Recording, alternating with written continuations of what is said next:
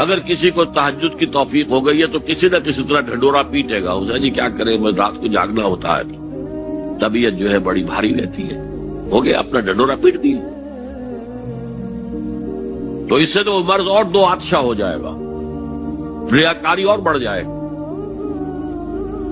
اسی طریقے سے صدقات نافلہ فرمایا ایسے دو کہ داہنا ہاتھ جو کچھ دے بائیں ہاتھ کو پتہ نہ چلے، کسی کو پتہ نہ چلے، اس سے وہ ریاکاری کی جڑیں کٹتی ہیں، ریاکاری کی جڑیں جو ہیں دل کے اندر سے کٹتی ہیں۔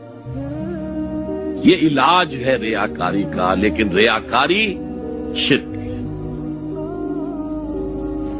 اب میں آخری بات پر آ رہا ہوں، آپ نے سوچا ہوگا کہ اس تجزیے کے تحت تو ہر گناہ جو ہے ادنا سے ادنا گناہ بھی شرک ہے۔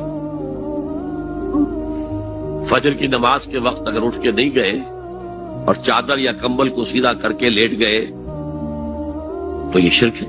پھر کون سے گناہ ہے جو اللہ معاف کرے گا؟ یہ جو میں نے آیت آپ کو 2 دفعہ جو آئی ہے سورہ نساء میں سنائی، ان اللہ لا یغفر ان یشرک بہ ویغفر ما دون ذلک لمن یشاء، اللہ تعالی اس کو تو ہرگز نہیں بخشے گا کہ اس کے ساتھ شرک کیا جائے، البتہ اس سے کم تر جس کو چاہے گا بخش دے۔